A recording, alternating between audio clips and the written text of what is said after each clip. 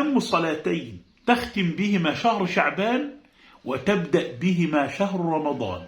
اللهم بلغنا رمضان وأعنا على صيامه وقيامه وقراءة القرآن فيه على الوجه الذي يرضيك عنا يا رب العالمين. ما هاتان الصلاتان؟ الصلاة الأولى تغفر بها ذنوبك وتمحى بها خطاياك حتى تستقبل العام الجديد بعد رفع الأعمال إلى الله سبحانه وتعالى نقيا طاهرا من الذنوب. والصلاة الثانية يعطيك الله سبحانه وتعالى بها ما تريد ويبلغك أمالك ويحقق لك أمنياتك بإذن الله رب العالمين. الصلاة الأولى إنها صلاة التوبة يا عباد الله. أوشك شهر شعبان على الرحيل، وأوشك شهر رمضان على القدوم، أعاده الله علينا وعليكم بالخير واليمن والبركات. وفي بداية الشهر، شهر رمضان، وفي نهاية شهر شعبان عليك أن تختم شعبان بصلاة التوبة، وأن تبدأ رمضان بصلاة التوبة. لو صليتها قبل رمضان ينفع، صليتها قبل رمضان وفي رمضان ينفع.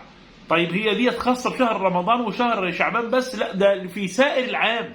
بل وكلما أذنبت ذنبا عليك أن تتوب إلى الله سبحانه وتعالى، وأن تندم على ما فعلت، وأن تعزم على ألا تعود، وأن ترد المظالم إلى أهلها، وأن تتوضأ، تقوم وتتوضأ وتصلي هاتان الركعتان، ثم تستغفر الرحيم الرحمن يغفر لك رب الأنام سبحانه وتعالى. وهذا ليس كلامي وإنما هو كلام الصادق الذي لا ينطق عن الهوى محمد صلى الله عليه وسلم.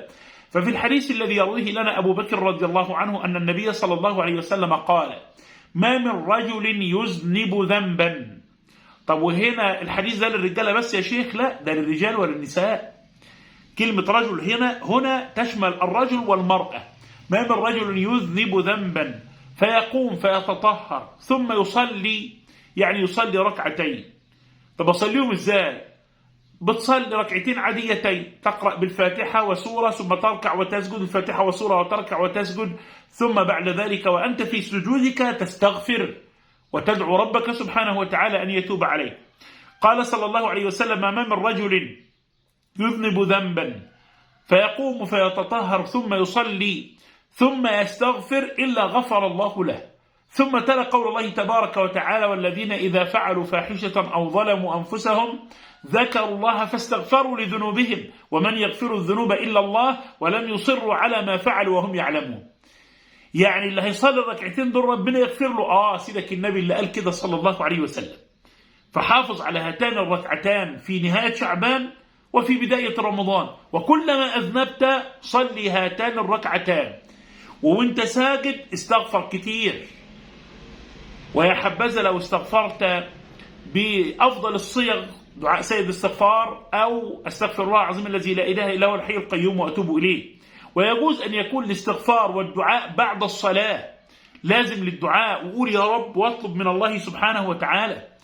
ومن أهم الأدعية وأفضل الأدعية التي تدعو بها في صلاتك وبعد صلاتك وفي طوال يومك ما علمه النبي صلى الله عليه وسلم لسيدنا أبي بكر أيضا، حيث قال له سيدنا أبو بكر: يا رسول الله علمني دعاء أدعو به في صلاتي. فقال له صلى الله عليه وسلم: قل اللهم إني ظلمت نفسي ظلما كثيرا ولا يغفر الذنوب إلا أنت فاغفر لي مغفرة من عندك وارحمني إنك أنت الغفور الرحيم.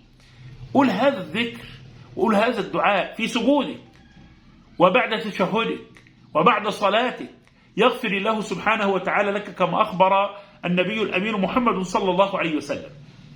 دي الصلاة الأولى. كلما أذنبت صلها، إن شاء الله لو هتصليها في اليوم 10 مرات 20 مرة، صليها كل يوم مرة، صليها بالليل، صليها بالنهار، في أي وقت شئت. الصلاة الثانية التي تختم بها رمضان تختم بها شعبان وتستقبل بها شهر رمضان، ألا وهي صلاة الرغبة والرهبة.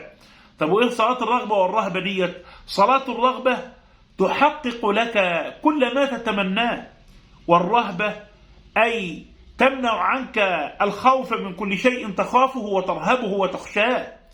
وهذه الصلاة صلاها الحبيب رسول الله صلى الله عليه وسلم. ففي الحديث من حديث خباب بن الأرت رضي الله عنه أنه رأى النبي صلى الله عليه وسلم صلى صلاة فأطال فيها، فقال له يا رسول الله صليت صلاة لم تكن تصليها من قبل يا رسول الله. فقال صلى الله عليه وسلم إنها صلاة رغبة ورهبة، إني سألت ربي 3 أشياء فأعطاني 2 ومنعني 1. سألت ربي سبحانه وتعالى ألا يهلك أمتي بسنة، أي بقحط وجوع وشدة، فأعطانيها. وسألته ألا يسلط عليهم عدوا من غيرهم فأعطانيها. وسألته ألا يجعل بأسهم بينهم، أي بأس أمة المسلمين بينهم وتسلطهم على أنفسهم وإهلاكهم لأنفسهم، فلم يعطينيها أو فمنعنيها، كما جاء في الحديث عن رسول الله صلى الله عليه وسلم. دول صلاة الرغبة والرهبة دي كم ركعة؟ 2 تصليهم زي صلاة التوبة، ثم تطلب من ربك ما تشاء. اطلب من ربك مغفرة الذنوب، اطلب من ربك هداية الأولاد، اطلب من ربك تأمينك من كل ما تخاف، اطلب من ربك سبحانه وتعالى أن ينجيك من النار وأن يدخلك جنته، إنه هو العزيز الغفار. أنا عايز المقطع ده ما يوقفش عندك، ما دمت وصلت معايا لهنا فانشر المقطع لغيرك واكتب تعليقا بالصلاة على رسول الله، والله أسأل أن يرزقني وإياكم الإخلاص في القول والعمل، إنه ولي ذلك والقادر عليه. جزاكم الله خيرا. لا تنسوني مصالح دعائكم ولا تنسوا الإعجاب والتعليق بالصلاة على رسول الله. أحبكم في الله. السلام عليكم ورحمة الله وبركاته.